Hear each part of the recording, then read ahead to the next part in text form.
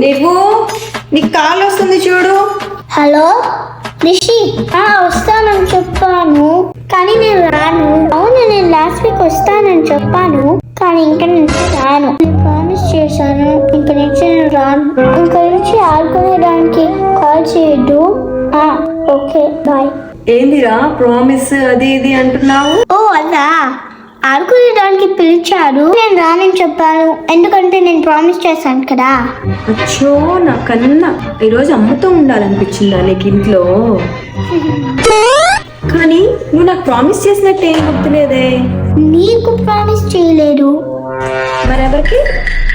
డాడీకి ప్రామిస్ చేశాను. ఓ నాన్నకా? నాన్నకా?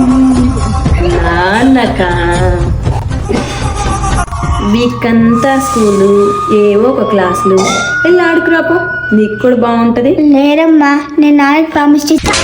వీకంతా స్కూలు, ఏవో ఒక క్లాసులు, వెళ్ళి ఆడుకురాపో, నీకు కూడా బాగుంటది. లేదమ్మా, నేను నాన్నకి వీకంతా స్కూల్స్.